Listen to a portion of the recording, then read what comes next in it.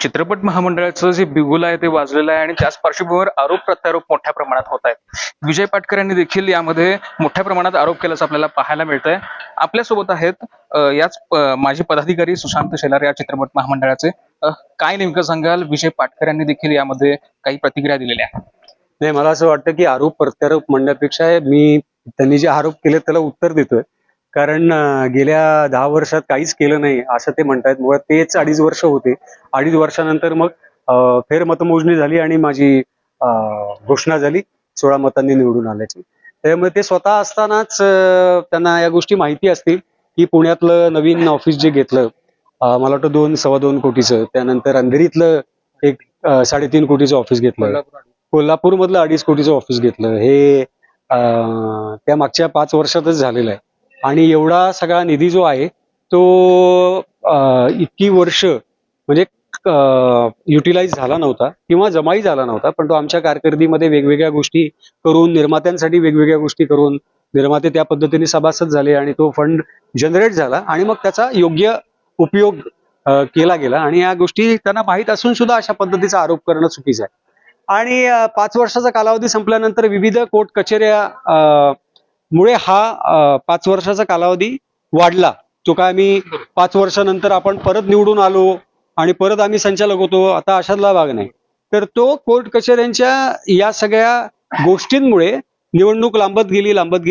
बरं, आम्ही काय निवडणूक लांबवली नाही, लोकांनी केसेस दाखल केल्या आणि त्याच्यामुळे ती निवडणूक लांबत गेली. आणि मला असं वाटतं की त्यांनी ज्या पद्धतीने भ्रष्टाचाराचे आरोप केले, तर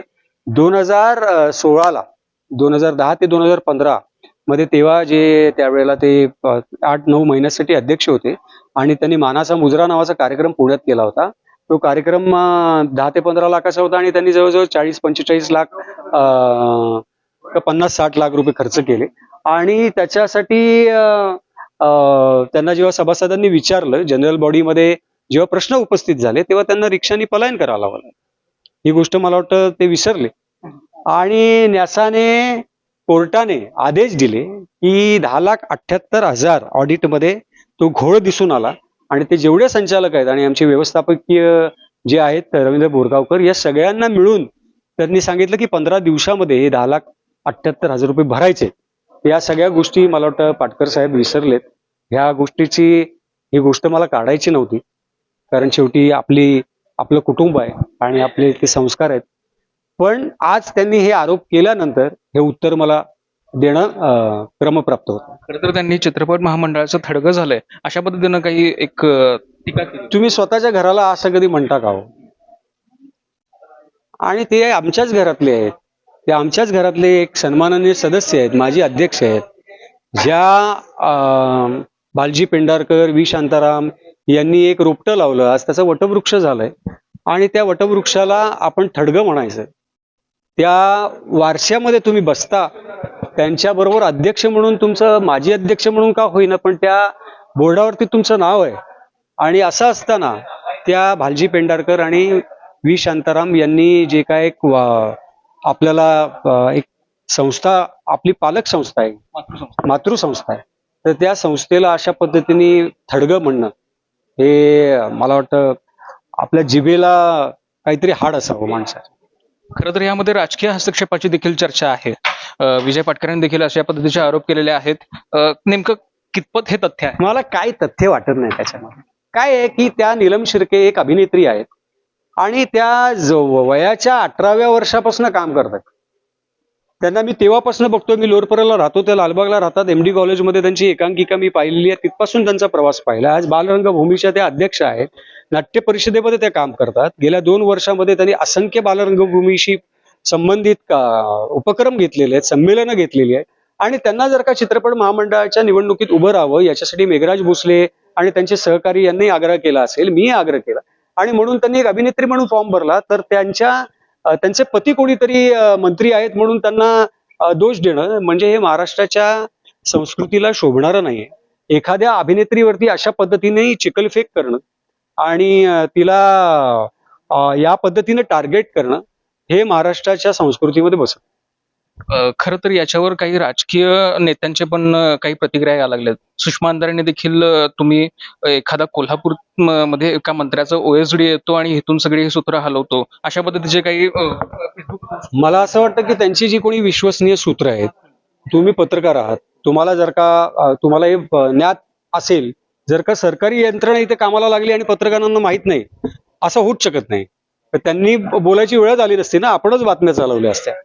मुळात मला असं वाटतं की माझं खूप छान सजेशन आहे सुषमाताईंना, की त्यांनी एखाद्या सिनेमामध्ये काम करावं, आमच्या चित्रपट महामंडळाचं सदस्य व्हावं आणि पुढच्या 5 वर्षानंतर जी निवडणूक येईल त्यांनी अभिनेत्री कॅटेगरीतनं अर्ज दाखल करावा. खरं तर दोन राजकीय कट्टर जे विचारांचे विरोधक आहेत ते आता एकत्र आलेले आहेत. नेमकं काय कोण म्हणजे मला आत्ताचे जे काही मेघराज भोसले असतील किंवा बाकीचे दोन जे पॅनल झालेले आहेत त्या संदर्भात. हे मला याविषयी काही माहिती नाही, कारण मला कोणी दबाव आणला नाही. मी गुरुवारी आलो, गुरुवारी येऊन मी फॉर्म भरला. मी आज शिवसेना पक्षामध्ये कार्यरत आहे, शिवसेना पक्षाचा सचिव आहे, पण मला कुठल्याही प्रकारचा राजकीय दबाव आलेला नाही, कुठल्याच पक्षाकडनं आलेला नाही. त्यामुळे अशा पद्धतीचा काही दबाव कोणी आणला असेल तर मला माहित नाही. आणि पॅनल कोणाचे कोण आहेत ते आज अंतिम यादी जाहीर झाल्यानंतर कळेल. त्यामुळे आता त्याविषयी बोलण्यात काही पॉईंट नाही.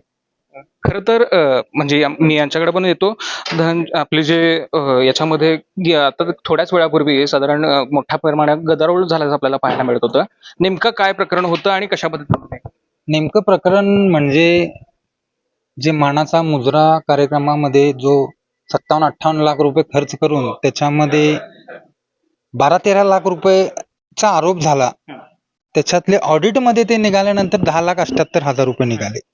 आणि त्याच्या अगेन्स्ट कोल्हापूरचे भास्करराव जाधव डिरेक्टर आणि आमचे विद्यमान संचालक बाळा उर्फ रणजित जाधव हे कोर्टात गेले आणि त्यांच्या अगेन्स्ट आम्ही ही 2016ची निवडणूक लढवली की हे भ्रष्टाचारी आहेत म्हणून, आणि आम्ही निवडून आलो.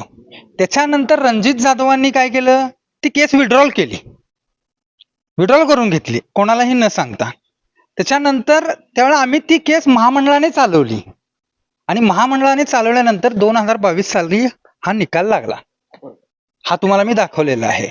मग ह्याच्यामध्ये असं स्पष्ट लिहिलेलं आहे की यांना पैसे भरावे लागतील 15 दिवसाच्या आतमध्ये.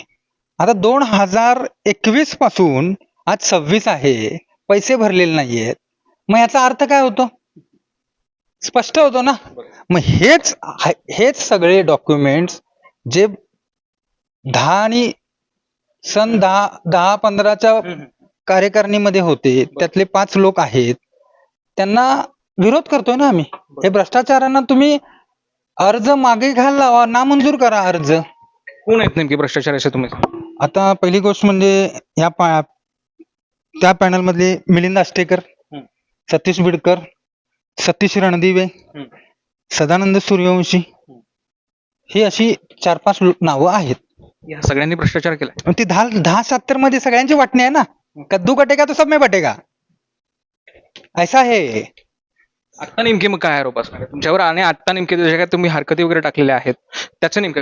आता हरकती जे टाकलेल्या आहेत त्या धर्मादायच्या निवडणूक अधिकारी खडसे मॅडम आहेत, त्यांच्याकडे जमा केलेलेच आहे आणि त्या काय असेल ते योग्य निर्णय देतील.